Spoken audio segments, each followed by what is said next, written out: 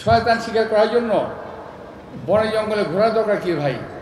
শয়তান তো আপনার আশেপাশেই আছে, এই সরকারের সঙ্গে আছে, সামনে আছে, পিছনে আছে, সচিবালয়ে আছে। ওদের আগে ধরেন, ওগুলোকে আগে ধরেন। আমি 5 জন লোকের নাম বলতে পারি, কিন্তু আমি আমার অবস্থান থেকে আমি নামটা বলছি না। আমাকে গোপনে বলে আমি বলে দেবো আপনাদের, কিন্তু মাইকে আমি বলবো না। এই 5 জন লোকের মধ্যে 4 জন সচিবালয়ের ভিতরে অবস্থান করছে, 1 জন সচিবালয়ের বাইরে অবস্থান করছে। সবাই সচিব পর্যায়ের লোক।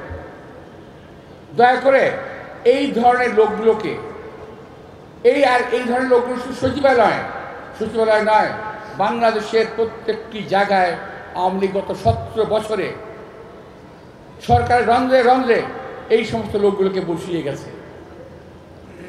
সেই গ্রামের ইউএন অফিস থেকে ডিসি অফিস থেকে ঢাকার, যদি আপনি বলেন প্রত্যেকটা প্রতিষ্ঠানের মধ্যে এই ধরনের লোকগুলো বসে আছে এখন পর্যন্ত। সেটা পোশাকের প্রতিষ্ঠান বলেন, পোশাক বিল প্রতিষ্ঠানের কথাই বলেন, আপনারা একটু বুঝতে পেরেছেন। একটা হলো পোশাকি প্রতিষ্ঠান, কয়েকটি আছে, আর্মি আছে, পুলিশ আছে, বিডিআর আছে, র্যাব আছে, এদের মধ্যে আছে ওই ধরনের শয়তান। আবার সচিবালয়ের মধ্যে আছে এই ধরনের শয়তান, যারা এখন পর্যন্ত আওয়ামী লীগের পা চাটা গোলাম, তাদের পারপাস সাফ করে যাচ্ছে এবং এই সরকারকে ভিন্ন পথে পরিচালিত করার চেষ্টা করছে। আমরা ভয় পাই, এই কারণে আপনাদেরকে সাবধান করলাম।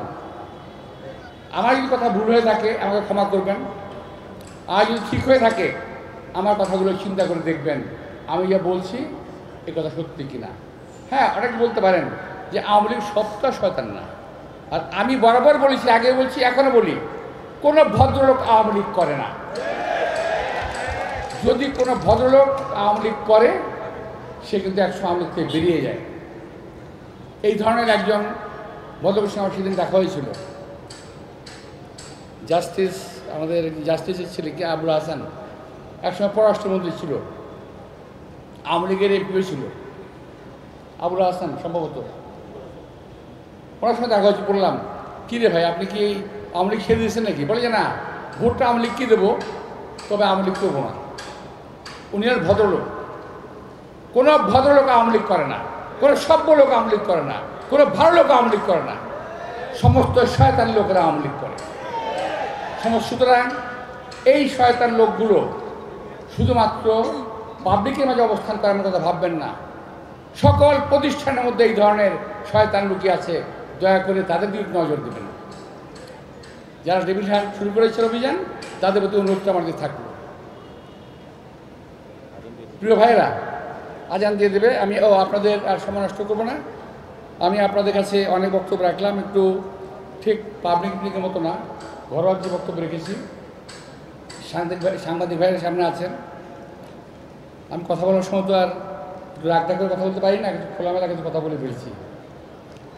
যেখান থেকে ভালো সেখান থেকে লিখেন, খারাপটা লিখেন না ভাই প্লিজ।